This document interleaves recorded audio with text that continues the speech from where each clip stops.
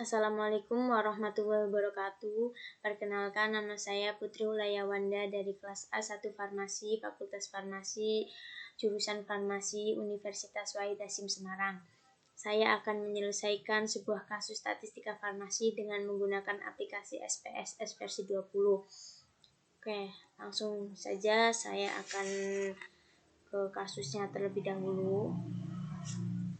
Ini saya sudah menampilkan kasusnya. Saya baca terlebih dahulu, saya bacakan.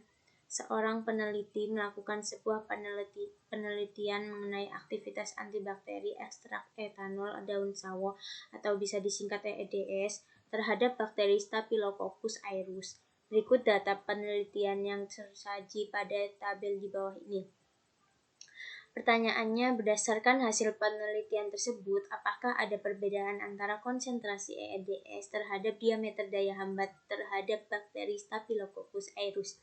Di sini saya disuruh mencari perbedaan antara konsentrasi EEDS terhadap bakteri Staphylococcus aureus. Oke, langsung saja saya akan kembali ke SPSS. Ini datanya tadi saya sudah input untuk mempercepat waktu. Lalu langsung saja. Oh ya, maaf. Sebelumnya saya akan menjelaskan terlebih dahulu apa itu ANOVA atau uji F.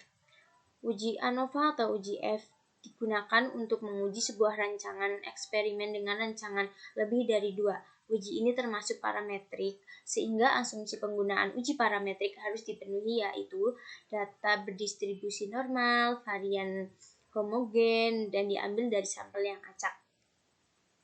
Nah, terus uji ANOVA itu digunakan atau dilakukan pada lebih dari 3 variabel, biasanya ada 5 variabel di penelitian farmasi. Perbedaan dari uji T dan uji ANOVA yaitu pada variabelnya. Kalau di uji T, kita cuma bisa atau melakukan 2 variabel, sedangkan di uji ANOVA kita bisa melakukan 3 variabel atau 5 variabel. Oke, langsung saja saya ke data view. Ini saya sudah tadi menginput. Langkah pertama seperti biasa, kita mencari normalitas, apakah datanya berdistribusi normal atau tidak. Langsung saja saya ke analis, langsung ke deskriptif statistik, lalu ke explore. Nah, lalu di sini saya akan memindahkan semuanya ke dependent list.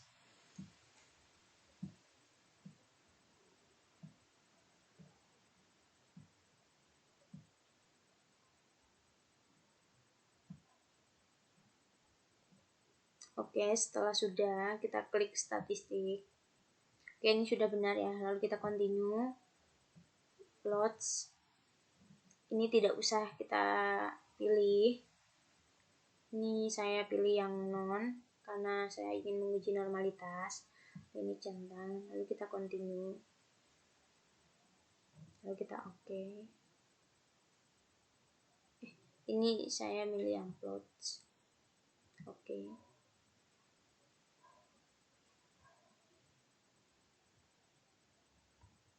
Saya menunggu hasil outputnya terlebih dahulu.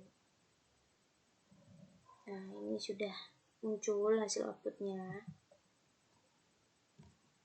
Di sini kita bisa lihat nilai signifikannya dari EEDS 30%, yaitu nilai signifikannya 0,374, EEDS 40% 0,658, EEDS 50% 0,633, EEDS 60% 0,782, EEDS 70% 0,409.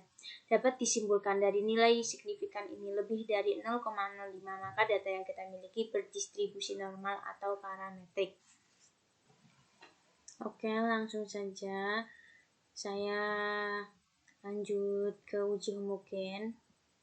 Ini saya sudah menginput datanya, lalu Ini untuk name pertama saya isi dengan kelompok, dan name yang kedua saya isi dengan daya hambat. Lalu ini desimalnya 0 karena nanti tidak memakai angka di belakang koma. Terus valuesnya saya ganti untuk 1 saya ganti dengan EDS 30%, 2 untuk EDS 40%, 3 untuk EDS 50%, 4 untuk EDS 60%, dan 5 untuk EDS 70%. Lalu kalau sudah, saya klik OK. Langsung saja saya akan ke data view. Ini saya sudah menginput datanya. Di sini kalau kita ingin melihat, untuk angka 1 saya ganti EDS 30%, dan angka 2 saya ganti menjadi 40%, angka 3 saya ganti menjadi EDS 50%, dan angka 5 saya ganti menjadi EDS 60% dan 70%. Saya ganti saja ya. Lalu saya menuju ke analis, deskriptif statistik, lalu explore. Lalu ini saya pindah ke dependent list, lalu kelompok saya pindah ke factor list. Setelah itu saya menuju display plots. Ini tidak usah saya centang, ini saya centang, ini saya centang, ini saya pilih yang power estimation. Lalu continue. Ini displaynya boot. Lalu kita OK. Saya menunggu outputnya keluar, masih loading. Oke, di sini sudah terlihat.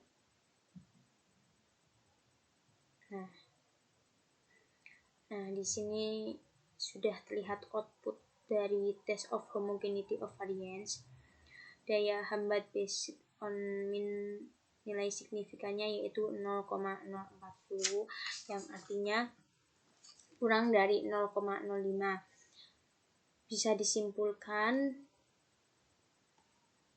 dari nilai signifikan ini kurang dari 0,05, maka data yang kita miliki tidak berdistribusi normal atau tidak homogen.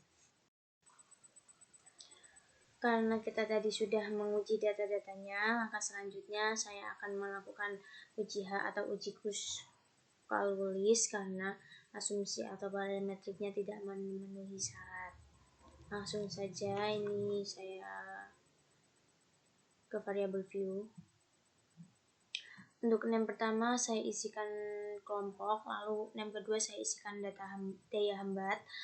Lalu ini desimalnya saya nolkan karena saya tidak akan memakai 0 di belakang koma. Lalu ini valuesnya sudah saya ubah menjadi 1 untuk EDS 30%, 2 untuk EDS 40%, 3 untuk EDS 50%, 4 untuk EDS 60%, dan 5 untuk EDS 70%. Lalu saya OK.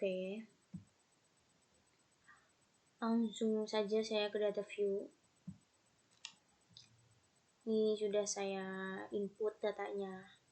Kalau kita ingin mengetahui, kita ubah di sini. 1 untuk EDS 30, 2 untuk EDS 40, 3 untuk EDS 50, 4 untuk EDS 60, dan 5 untuk EDS 70. Langsung saja saya klik analis. Langsung ke non-parametric test. Langsung ke legacy dialogs, langsung ke K independent sample. Nah, ini sudah saya pindahkan. Lalu kita centang yang Kruskal-Wallis karena kita akan menguji Kruskal-Wallis. Lalu kita OK. Oke, ini hasil outputnya. Di sini kita bisa melihat hasil nilai signifikan dari S-nya yaitu 0,000, yang artinya kurang dari 0,05. Jadi dapat disimpulkan adanya perbedaan antara EDS terhadap diameter daya hambat terhadap bakteri Staphylococcus aureus. Sekian dari saya. Apabila ada tutur kata yang tidak berkenan atau tidak sopan, mohon maaf. Wabillahi taufiq wal hidayah. Wassalamualaikum warahmatullahi wabarakatuh.